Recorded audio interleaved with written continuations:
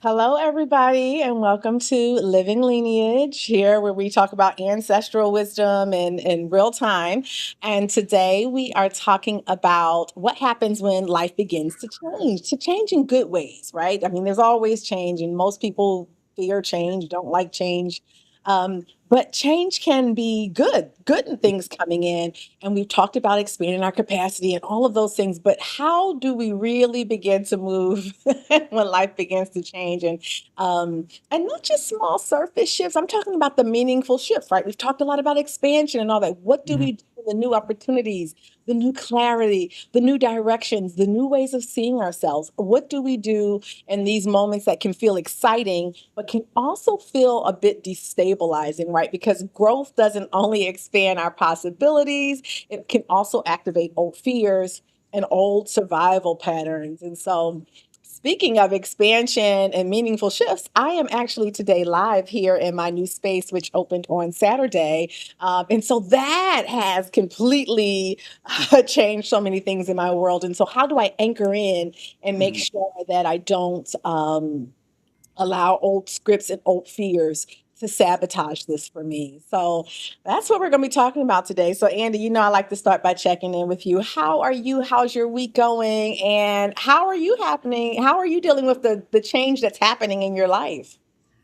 It's really funny because we talked about last week how opportunities come, and once you're open to the idea that you're inviting these opportunities, they just start opening doors, right? We talked about that even a couple of weeks ago, and yeah, in the last week, it's like I'm just talking with people that I known for the last 2, 3 years, and now we're thinking about putting together monthly events, with like 2, 3 people, and it's like things are happening so fast, and we're getting together with people that have similar visions, similar values. So it is very interesting once you tap into that energy, right, and letting it go, and then things just come in, and I gotta say, I'm a little anxious. you know? Right. Yes. And that's fair. That's very Yeah. common, right? Because and we want these things. We ask for these things. We wait for these things, and then when they're here, it's like, wait, hold on, right? Or like the old adage, be careful what you ask for. But Exactly. but here's the thing, right? And why that happens was our nervous systems are wired to prefer the familiar, even if the familiar isn't the best, right? Hmm. If it's familiar, it's fine. Even, if the familiar is uncomfortable, the body will still prefer the familiar, the nervous system. And so, again, we always talk about our ancestral lineages, right? And a lot of them, stability could not be assumed, right? So change meant risk. So we're wired, we've been trained, we've been socialized to minimize risk because risk, taking meant that a lack of safety. So when life begins to like open, part of us may still interpret the expansion as danger. Right? Hmm. So we start, So true. what can go wrong? Or I'm more exposed now. So how do I protect myself and all of that? And so this can really show up as like doubting new opportunities. Hmm. Um, something presents itself and something you've always wanted, even perhaps, and now you're like, well, maybe I don't really want that, or maybe I'm not ready for that.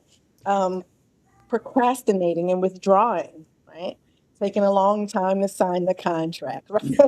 right? Or drawing out, the process, or again, withdrawing, going in, overthinking decisions. I think this is a big one for people. I mean, we just think about it backwards and forwards, and most of this thinking is anticipating all the things that could go wrong. We very rarely overthink all the things that can go well. We can start creating unnecessary conflict. We can see this like in relationships, right? As relationships expand, it's like, Hmm. oh, wow, we're getting along. This is very loving. And then we start even subconsciously picking fights, right? Or Hmm. creating conflict or friction where there doesn't need to be any. And then returning to old habits that just feel safer. Hmm. And so, again, not weakness, right? We always want to meet ourselves with compassion, but we can realize that these are kind of inherited protective mechanisms that kept us safe, perhaps kept those in our lineage safe. but they are not required right now. And so we can release them, right? And so um, self sabotage is a real thing. And most of Mhm. us don't like to think that we self sabotage, but we do. But we do. And we usually do it. It's not because we want to fail, it's because we want to feel safe. Correct. We want to feel safe. And so we will close the doors on anything that doesn't feel safe, even if those are the doors of expansion and Mhm. opportunity. Most of the time, they're the doors of expansion and opportunity. Yes. So, have you experienced anything like that in your life, Andy? Like, do you have any experiences of self sabotage? And maybe you look back at it now, like, oh, wait a Oh my minute. God, all the time, all the time. There's it's really funny because as an entrepreneur, I started really young at 21, Mhm. and as an entrepreneur, you're always going to see business opportunities, right? And the thing that I hear most now, since I've been a coach for so long, working with others, everyone's going to say, "I'll do it when I'm ready." Mhm. Right. And I think that's where most people self sabotage because I was exactly the same in the beginning. It's like, well, there's opportunity. I'm not good enough yet. Like they want you to speak or they want you to do something. I'm not ready yet. I'm not good enough yet. Or that's too much money right now. I don't know if I can do it.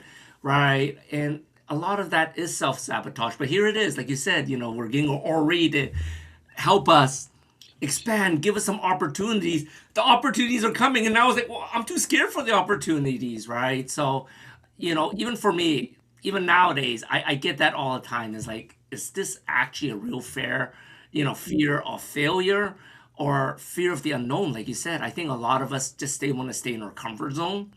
But Mhm. I think once we get out of that comfort zone, that's when we grow, like exponentially too, right? Absolutely. Yes. Yes. And so it's so interesting for me, right? This moment sitting in my own retail space.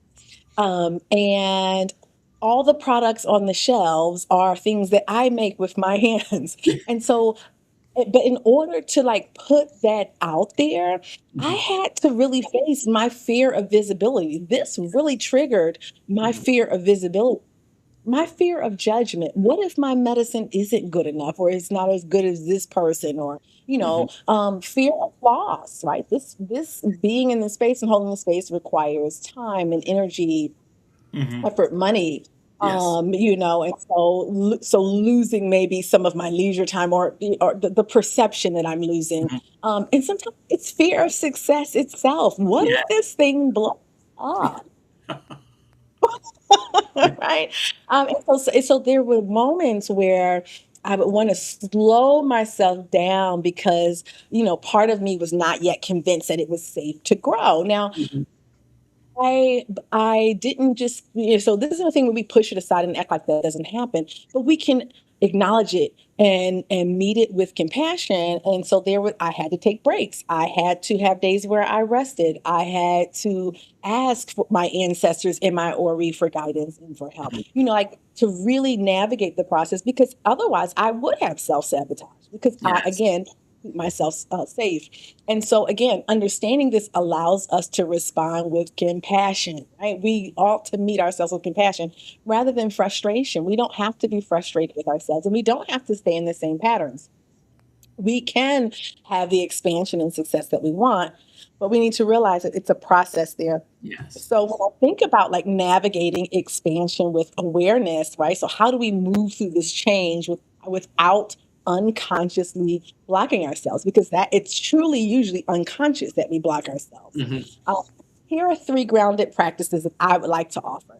The first thing is to name what is shifting, right? When we have clarity, that reduces fear. When we can articulate what is changing, it becomes less overwhelming. Right. And so for me, what was shifting for me? I was shifting into a more visible space.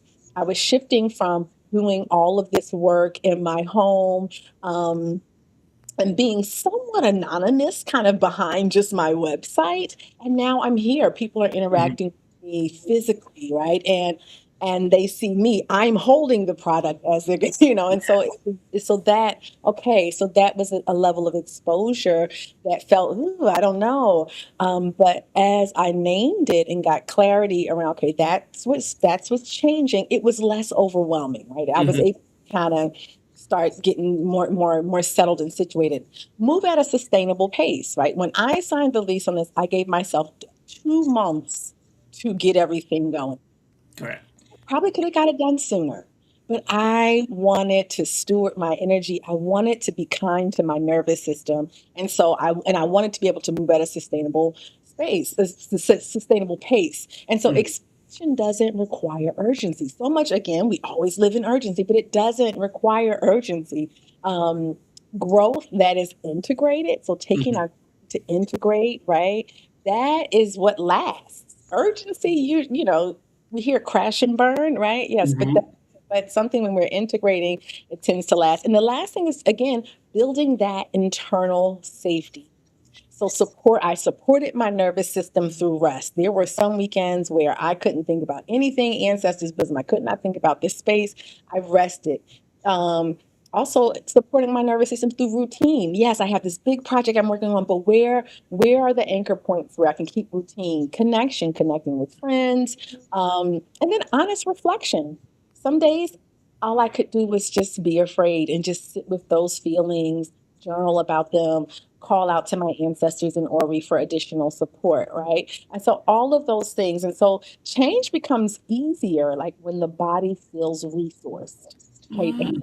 that's what this is really Yes. about. Giving your body, understanding that your body is always trying to keep you safe, your nervous system. So Mhm. how to nourish it and resource it as we're expanding and going through changes. I think that is so amazing how you bring that all together because, like you said, nourishing the body, the mind, the soul is so important. Everyone usually just worry about the body, but there's so much more, right? Yes, absolutely, absolutely. So, of course, I'm sitting here with all these herbs behind me. So I want to talk about some herbs that kind of help with Yes. these ability to adapt to change, adapt to stress. Like, so one of the things I have on the shelf right behind me is Tulsi or holy basil. That's an adaptogenic herb, which is could be used as a tea, it could be used as a tincture, and that helps us find balance spiritually, right, Mhm. in our bodies and in our mind. And so uh, I was using my balance tincture quite often during this process, and I'll continue, right, as I'm expanding, as I'm being more exposed, as customers are coming in, and services are expanding, products are Mhm. expanding, staying balanced. Of course, some of our tried and true things for just peace, our lavender. I will never stop talking about rose. Like rose, rose is one of my most closest plant allies. But just Mhm. so it doesn't even have to be something. Holy basil is a little more specialized. I mean, most people don't just have that laying around. Mhm. But it can even be just the simple things, chamomile, a cup of tea, those kinds of things that just nourish us and give us space. And those herbs that will walk with us, right, journey Mhm. as we are expanding. Um, so yeah, we don't have to go it alone. Like, a lot of times it's like we don't have to go it alone. And we don't also have to now fill our body with all kinds of substances. There are natural things that we can Mhm. do to will support us. Yes, absolutely. So, Andy, throwing it back to you again. So, what are some of the ways that you are supporting yourself in the change in these changes, or looking to support yourself as you continue to expand? Now that you and your friends are talking about doing more things, I mean that's wonderful. So, how will you support yourself? I am definitely trying to get a little bit more alone time, a little bit more on the spiritual side. Being a little bit more mindful about setting time aside to meditate. Right. I'm still struggling to connect with my Ori. I think we need to definitely connect to figure out how to do that properly. I'm sure I'm doing it all wrong. But, to me, it's sort of like tapping into intuition and Mhm, just mhm, not necessarily asking if things are right, but giving me the courage mhm, to go forward of it and see where it goes, right? For me, it's like I always up for the challenge and sometimes it works out, sometimes it doesn't. But But now a little bit older, a little bit wiser, Mhm. I think about it a little bit more before jumping in. That's right. Absolutely. Absolutely. Yes, and and you have brought up Ori's a lot today, which is Yes. wonderful because our Ori, and it is no wrong way to connect with Ori. This is how I connect with Ori. I wake up in the morning and I say, "Well, good morning. Guide me clearly today." Mhm. It's as simple as that. And our hands are an extension of the Ori because that's how we take inspired action. Mm. Us and just sitting and just listening. And I mean so many things, everything that is in my space, in my retail space here was a conversation with my Ori. What should Oh, my signs look like? I have over 100 herbs at my apothecary at home. Which herbs do I bring? And just sitting and allowing the guidance to flow in as opposed to the frantic, trying to do everything or trying to figure out everything on my own, but just listening and allowing just kind of that quiet knowing to emerge. But what you mentioned is really important. You have to have that sacred solitude. You have to have some quiet time. mhm. Um, and if connecting with Ori is a new thing, yes, it may take a little bit more intentionality to tune in, but Correct. then it just becomes your natural daily kind of conversation Mhm. running in the background, and so it's a very beautiful thing. But again, that's it. We don't even have herbs are wonderful, but we have support within us, our divine Mhm.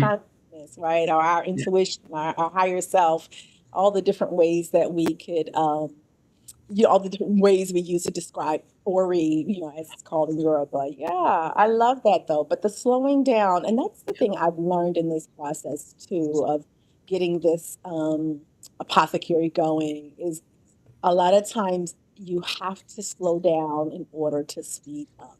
Yes. Like when I Exactly. allowed myself to rest, the times when I was active, it was much more accelerated. It was much Mhm. more effective, Correct. as opposed to pushing myself, burning the midnight oil, and all of those kinds of things. That rest is so important because that was a time for my nervous system to be nourished and reset and kind of, settle into this new reality as opposed to the push, push, push, go, go, go. Yeah. Mhm.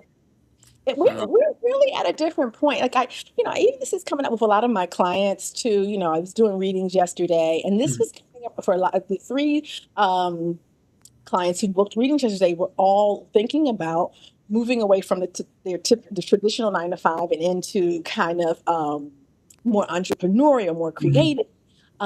And we talked about how ease and receptivity, like that is like the new currency. Like that Mhm. grit and grind Correct.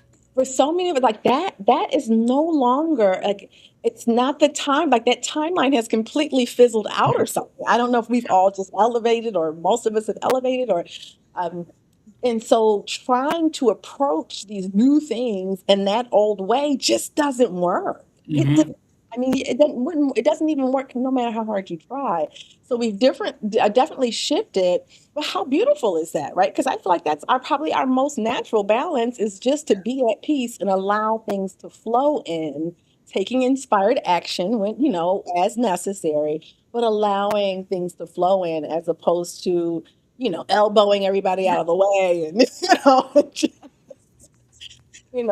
desperately and, frantically pursuing things. So it's like, it's interesting. But again, that's also another way that life begins to change. And when expansiveness starts to come easy, that really can be a trigger because we're not necessarily wired for ease.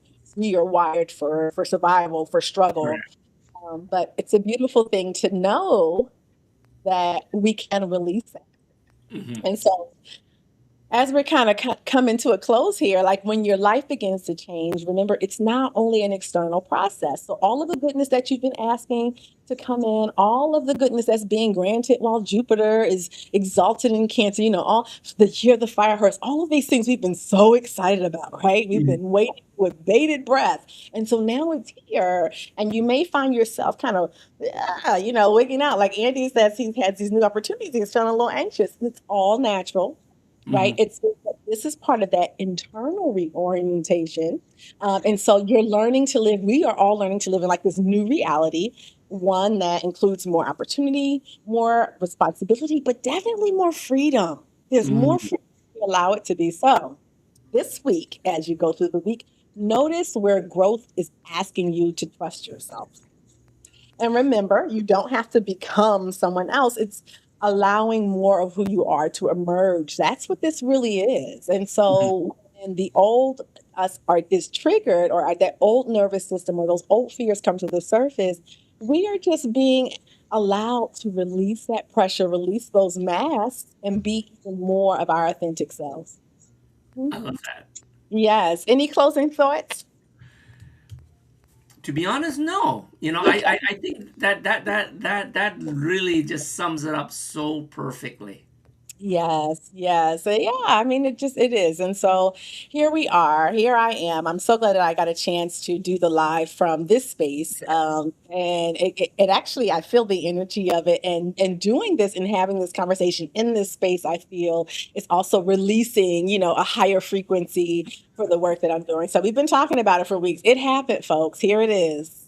It is. And I had a great opening weekend this past weekend, and looking forward to doing so much more here in this space. I'll be having a grand opening celebration Mhm. on the 4th. And so those of you who are on my email list and all that will get the information on that. But this is Living Lineage, where we talk about ancestral wisdom for everyday life. And we'll see you next Wednesday. Thank you for tuning in. Goodbye. Healing doesn't begin in the body, it begins in the spirit. I'm Dr. Jeanine L. Williams, founder of Ancestors Bosom, a sacred space for spiritual and ancestral remembrance. Through intuitive guidance and energy work, I help you reconnect with your highest self and align your spirit, mind, and body with the rhythm of your ancestors.